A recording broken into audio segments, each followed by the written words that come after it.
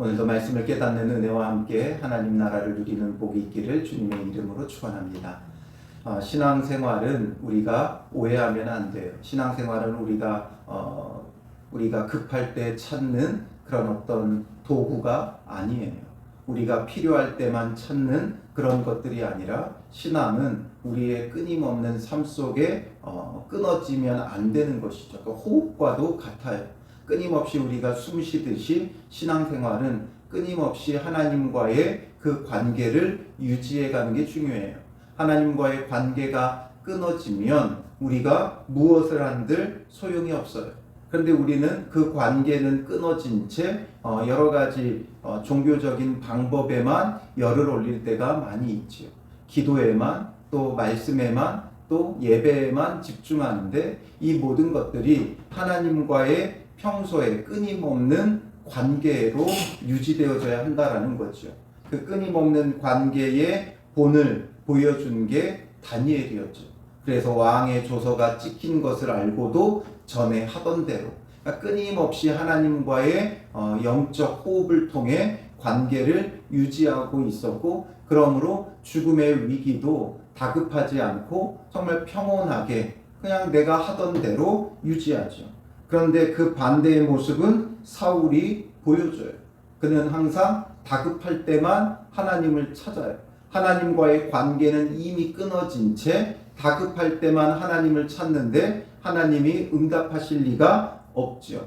그래서 또 다급해서 하나님을 찾는데 하나님이 응답하시지 않고 또 사무엘을 찾으려 하나 사무엘은 이미 죽었고, 그러니까 그가 하는 방법이 뭐예요? 신접한 여인을 찾아서 이 신접한 여인을 통해 죽은 사무엘을 불러 올리고, 이 죽은 사무엘을 통해 하나님의 도움을 구해보고자 하는 게 사울의 방법이에요. 말도 안 되는 방법이죠. 하나님께서 어떤 그 뜻을 돌이키실 때는 오직 우리가 회개할 때예요. 회개하고 하나님의 도우심을 힘입는 게 아니라 사울은 어떻게든 수단 방법을 가리지 않고 하나님의 도우심을 얻겠다고 하면서 말도 안 되게 신접한 여인을 찾아 사무엘을 불러 올리고 사무엘을 통해 하나님을 움직여 보고자 하는데, 하나님이 그보다 더 크신데 어떻게 이들로 인하여 움직일 수 있겠습니까? 그래서 하나님과 자기 사이에 지금 누구를 세우고 있는 거예요? 중보자들을 지금 세우고 있는 거예요. 그러니까 우리가 누군가의 도움을 얻고자 해서 한 다리 건너 누군가를 찾는, 뭔가 연락할 수 있고 뭔가 할 수 있는 방법을, 어떤 중간에 중매를 할 수 있는, 중보를 할 수 있는 사람을 찾는 것과 같죠. 그래서 건너 하나님께 뭔가 연결을 해보려고 하는데, 그런데 그 중보자가 중요해요. 헛된 중보자는 아무리 세워봐야 소용이 없어요. 그가 찾아야 되는 건 참된 중보자고, 이 당시에 진정한 중보자의 역할을 할 수 있는 것은 누구밖에 없어요? 하나님께서 택하신 다윗밖에 없어요.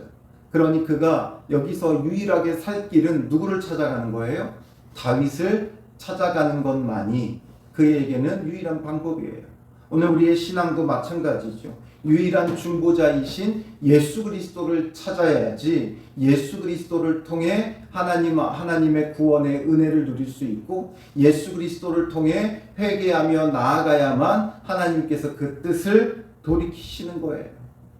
그렇지 않다면, 예수 그리스도를 찾지 않는다면 우리의 어떤 예배, 기도, 말씀 모두 다 종교 행위로 끝나버릴 것들이지요.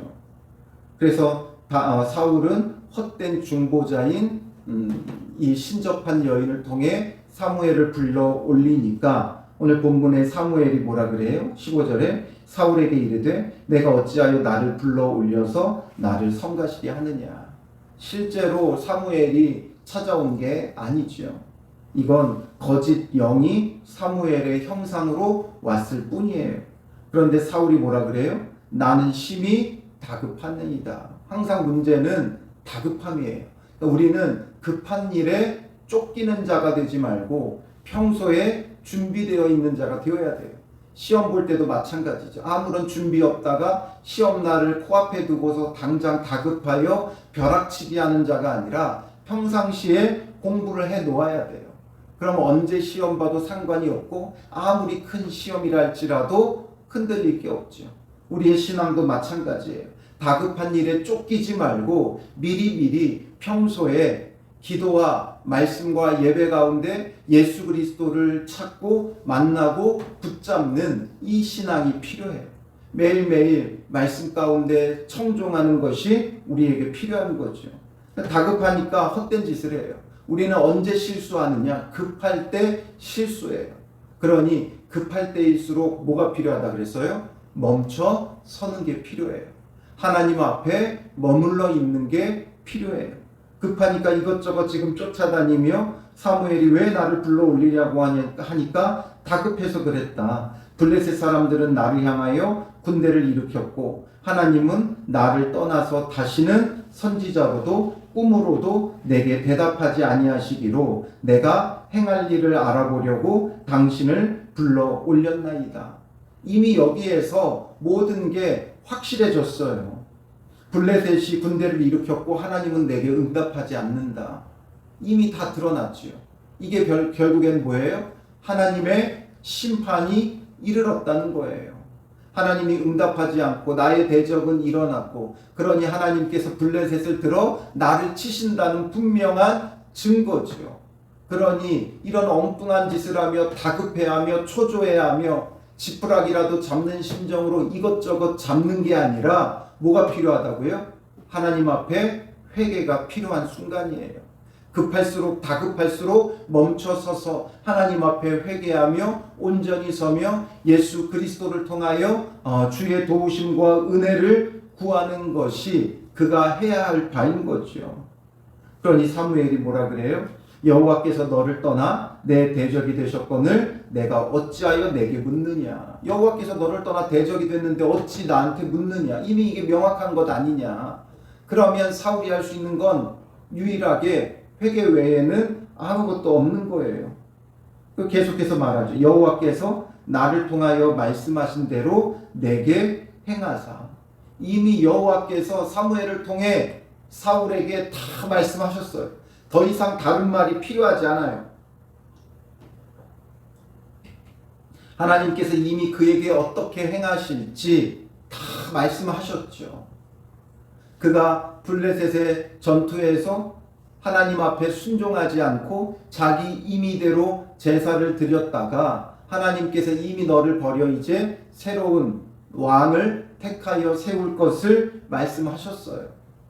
아말렉을 진멸하라고 할 때 진멸하지 않고 제사 드리기 위해서 좋은 건 남겨두었다고 핑계댈 때 하나님께서 너를 버리셨다고 이제 다른 왕을 세우실 것이라고 너의 나라가 길지 않을 것이라고 분명히 이미 다 말씀하셨죠. 그런데 뭘 또 묻겠다고 찾느냐라는 거죠. 이미 모든 것이 분명해요. 하나님께서 사무엘을 통해 이미 다 말씀하셨어요. 그러니 더 이상 뭐는 필요 없어요? 새로운 계시는 필요 없어요. 하나님께서 이미 다 말씀하신 거예요. 그래서 그걸 다시 한번 반복하죠. 17절에 보면 나라를 내 손에서 떼어 내 이웃 다윗에게 주셨느니라. 내가 여호와의 목소리를 순종하지 아니하고 그의 진노를 아말렉에게 쏟지 아니하였으므로. 원인에 대해서도 분명히 다 말하죠. 여호와의 목소리를 순종하지 않은 건 언제예요? 블레셋과의 전투였고 그 다음에 그의 진노를 아말렉에게 쏟지 아니하였으므로. 또 아말렉을 진멸하라고 할 때는 좋은 것은 자기의 이익을 위해 다 남겨두었을 때지요. 이때도 여호와께서 이미 다 말씀하셨어요. 그래서 여호와께서 오늘 이 일을 내게 행하셨고 여호와께서 이스라엘을 너와 함께 블레셋 사람들의 손에 넘기시리니 내일 너와 내 아들들이 나와 함께 있으리라. 너와 내 아들들이 나와 함께 있으리라. 이게 무슨 말이에요? 죽을 거라는 거죠. 그런데 사무엘은 어디에 있어요? 하나님 곁에 있죠. 그런데 이들은 하나님의 곁에 있을 수 없는 자들이죠. 그러니 결국 이들은 지옥에 갈 자들이에요. 그러니 이 사무엘도 진짜 사무엘이 왔다기보다는 거짓된 영이 이들을 찾아왔을 뿐이지요. 그러니 여호와께서 또 이스라엘 군대를 블레셋 사람들의 손에 넘기시리라 하는지라. 이미 이 모든 게 말씀하셨던 거예요. 뭔가 새로운 계시나 이는 하나님의 도움을 지금 구하며 이렇게 찾지만 새로운 계시는 더 이상 없어요. 이미 말씀하신 거예요. 그러니 이미 말씀하신 거 붙잡고 그가 할 수 있는 것은 무엇밖에 없어요? 회개하든지 아니면 죽든지 이거밖에 없죠. 그런데 자꾸만 뭔가 새로운 길을 만들려고 해요. 새로운 길은 없어요. 하나님이 주신 구원의 길밖에 없다라는 거죠. 오늘 우리도 마찬가지예요. 하나님께서 우리에게 말씀하시지 않은 게 없어요. 그런데 우리는 자꾸만 새로운 길을 찾으려고 해요. 하나님은 이미 선지자들을 통해 신구약 66권의 말씀으로 우리에게 다 말씀하셨어요. 그런데도 우리는 자꾸만 새로운 계시를 찾아요. 꿈으로, 환상으로, 음성으로 듣고 싶다고 하나님 앞에 떼쓰지요. 그건 결국에는 무엇밖에 되지 않아요? 죽은 사무엘을 불러 올리려고 하는 신접한 여인을 통해 죽은 사무엘을 불러 올려 하나님의 또 다른 계시를 받고자 하는 사울의 행위와 똑같은 거예요. 그러니 꿈으로, 환상으로, 또 음성으로 듣고자 하지 말고 우리는 신구약 66권의 말씀을 다시금 우리 안에 되새기면 돼요. 성경은 분명히 우리에게 말하고 있어요. 축복만 말하고 있지 않고 축복과 저주를 모두 다 말하고 있고, 우리가 하나님 앞에 순종하지 않으면 하나님의 저주가 우리에게 있을 것을 말하고, 그러나 하나님 앞에 순종하면 하나님의 축복이 우리에게 함께할 것을 말하고 있는 거죠. 그러니 우리가 어떻게 해야 돼요? 우리가 그냥 순종하면 하나님의 축복이 옵니까? 아니에요. 이미 순종치 않음으로 인해 우리에게는 저주가 있다는 것을 우리는 성경에서 보고 있어요. 그런데 우리는 그걸 외면하는 거죠. 이미 그가 순종치 않음으로 하나님의 진노와 심판이 그에게 있을 것을 하나님께서 말씀하셨지만 사울은 어떻게 하는 거예요? 그거는 지금 외면하는 거예요. 너무나도 분명한 사무엘을 통해 말씀하신 것을 그는 부정하고, 그래도 나에게는 하나님의 축복이 있을 것이라며 하나님을 찾고 붙잡고 있는 거죠. 다 허망한 거예요. 우리의 예배가, 기도와 말씀이 뭔가 하나님의 도우심을 구하겠다고 하는 우리의 열심이라면 헛된 거예요. 이미 하나님은 말씀하고 있어요. 우리는 죄로 인해 멸망할 자들이라고. 그런데 거기에 유일한 길이 무엇이에요? 예수 그리스도를 통해 십자가의 보혈로 우리가 죄 씻음 받는 은혜와 회개 가운데 하나님께서 구원해 주실 것을 말씀하고 있다는 거죠. 그러니 유일한 구원의 길은 예수 그리스도예요. 예배가 우리를 구원해 주는 것도 아니고 기도가 우리를 구원해 주는 것도 아니에요. 오직 예수 그리스도를 믿고 회개하며 돌이킬 때 하나님의 구원의 은혜를 누리는 거죠. 그래서 저주받을 우리의 모습을 회개하고 예수 그리스도를 통해 축복의 자리로 나아가야 축복이 있는 거예요. 축복 받겠다고 축복의 자리에 있어도 이미 저주받을 우리의 모습으로 인해서 되지 않을 일이에요. 그러니 출발이 어딘가를 봐야 돼요. 저주받을 우리의 모습을 회개하며 예수 그리스도를 통해 축복의 자리로 나아가야만 이것이 우리의 유일한 구원이 되는 거예요.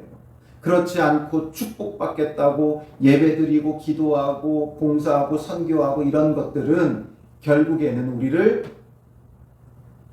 허망하게 만드는 거죠. 그러니 결국에는 축복받겠다고 이렇게 찾고 또 하나님의 도우심을 구하겠다고 찾던 사무엘은 이 이야기를 듣고 어떻게 돼요? 허망함을 깨닫죠. 그래서 20절에 어떻게 돼요? 사울이 갑자기 땅에 완전히 엎드러지니라. 땅에 완전히 엎드러지니라. 이는 왜 이렇게 됐다고요? 사무엘의 말로 말미암아 심히 두려워하며 또 기력이 다했으니, 사무엘의 말로 인해 심히 두려워했다는 거죠. 이제 하나님의 말씀이 나에게 임하는구나. 나의 심판에 대한 것이 임하는구나. 그래도 이 순간까지 늦지 않았어요. 회개한다면, 그가 회개한다면 오늘 밤 내가 낙원에 이르리라 말씀하신 것처럼 회개한다면 그가 낙원에 이를 수 있어요. 오늘 밤 이 블레셋과의 전투에서 그가 죽는다 하여도 낙원에 이를 소망이 생기죠. 그러나 회개치 않고 그저 두려워하죠. 그리고 또 기력이 다하였으니, 기력이 다했어요. 왜 기력이 다했어요? 이는 그가 하루 밤낮을 음식을 먹지 못하였음이니라. 음식을 먹지 못했어요. 왜 음식을 먹지 못해요? 왕이니까 얼마든지 명하면 음식을 먹을 수 있는데 먹지 못한 이유가 뭐예요? 금식한 거예요. 쓸데없는 금식이에요. 하나님이 원치 않는 금식이에요. 하나님 앞에 회개하고 돌이키지 않는 그런 금식은 쓸데없는 금식이에요. 그저 하나님 앞에 떼쓰고 어떻게든 하나님의 도움을 얻어보겠다. 내가 필요할 때 찾는 맛집이 하나님이 아니에요. 우리의 호흡이에요. 늘 끊임없이 하나님과의 이 영적 관계가 우리에게 이루어져 가야 하는 것이죠. 그러니 그 여인이 사울에게 이르러 그가 심히 고통당함을 보고 그에게 이르되 여종이 왕의 말씀을 듣고 내 생명을 아끼지 아니하고 왕이 내게 이르시는 말씀을 순종하였사오니 그런즉 청하건대 이제 당신도 여종의 말을 들으사 내가 왕 앞에 한 조각 떡을 드리게 하시고 왕은 잡수시고 길 가실 때에 기력을 얻으소서. 왕에게 먹을 것을 주지요. 그런데 왕은 어떻게 해요? 사울이 거절하여 이르되 내가 먹지 아니하겠노라. 내가 먹지 아니하겠노라. 식음을 전폐하죠. 그래도 소용없어요. 그가 아무리 식음을 전폐하고 금식해도 소용없어요. 하나님 앞에 회개치 않는데, 회개치 않으면 소용이 없어요. 사함받지 못하는 죄, 어떤 크고 어떤 악랄하고 그 죄질이 나빠서 사함받지 않는 게 아니라 그랬죠. 사함받지 못하는 유일한 이유는 회개치 않기 때문에 그런 거예요. 회개치 않는데 어떻게 사함을 받아요? 그런데 지금 사울은 식음을 전폐하고 그저 금식한다고 하나님께서 그를 도우시지 않아요. 그러니 그의 신하들과 여인이 강권하니까 침상에 앉고 또 여인의 집에 살찐 송아지를 급히 잡아 가루를 가져다가 뭉쳐 무교병을 만들고 구워서 사울 앞에와 그의 신하들 앞에 놓으니 그들이 먹고 일어나서 그 밤에 가니라. 결국 허망하게 사울은 돌아가죠. 하나님의 도우심을 얻지 못해요. 왜냐? 회개치 않으니까. 우리의 신앙은 평소가 중요해요. 매일매일 하나님과의 그 영적 관계 속에 유일한 길인 예수 그리스도를 통하여 회개하며 주님 앞에 나아가는 그런 삶이 아니면 하나님의 은혜는 없죠. 우리의 신앙에 뗄래야 뗄 수 없는 게 회개예요. 회개하고 돌이켜 순종하는 삶으로 나아가지 않는다면 우리가 무슨 짓을 해도 죽은 사무엘을 불러 올려도 하나님의 또 다른 계시와 또 다른 구원은 없어요. 오직 신구약 66권의 말씀을 따라 예수 그리스도를 믿고 회개하고 돌이켜 순종하는 것, 그것만이 우리의 살 길이다라는 거죠. 사울은 그의 삶을 보면 참 유독 제사에 집착했고 금식에 집착했고 종교 행위에 집착을 했어요. 그게 오늘날 우리의 모습과도 같죠. 종교 행위에 집착을 하지 말고 하나님과의 관계를 바르게 세워야 돼요.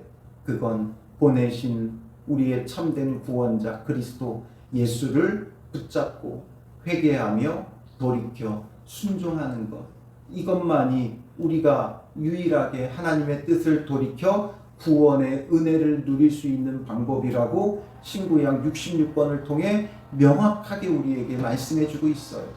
그런데 우리는 죄에 대한 이야기를 하면 무겁게만 여기고 거부감을 느끼죠. 그게 아니에요. 그것을 우리가 겸허히 받아들이고 우리의 죄인됨을 깨닫고 직면하고 회개하고 그래서 돌이켜서 예수 그리스도의 보혈의 은혜로서 이제 순종하는 믿음의 사람들로 하나님의 구원의 은혜를 누리는 하루하루 되시기를 주님의 이름으로 축원합니다. 기도하겠습니다. 살아계신 아버지 하나님, 우리는 하나님의 도우심을 얻고자 헛된 종교 행위에 집착하는 사울과 다르지 않습니다. 회개치 않으면서 돌이키지 않으면서 감정적인 그냥 반성만 하고 눈물만 흘리고 또다시 죄 가운데 거하는 우리의 모습이 정말 하나님의 구원의 은혜를 알고 누리는 자인지 다시 한번 우리 자신에 되묻습니다. 하나님, 우리가 헛된 종교 행위에 열을 올리는 자가 되지 말게 하시고 하나님과 올바른 언약 관계를 유지해가는 믿음의 사람들 되게 하여 주시옵소서. 우리의 신앙이 급할 때 찾는 우리의 맛집이 되지 말게 하시고 필요할 때 찾는 맛집이 아닌 우리의 영혼의 호흡이 되게 하여 주셔서 우리를 위하여 보내신 유일한 구원의 그 길을 따르는 믿음의 사람들 되게 하시고, 그러므로 그리스도 예수를 붙잡고 그의 십자가의 보혈의 공로를 의지하며 회개하고 돌이키게 하시고, 이제는 온전히 주의 말씀에 순종하며 하나님의 은혜 아래서 참된 복을 주님께서 예비해 놓으신 하늘의 신령한 복, 땅의 기름진 복을 누리는 믿음의 사람들이 되게 하여 주시옵소서.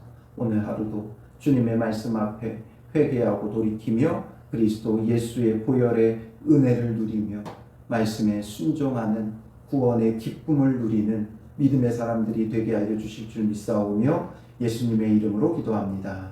아멘.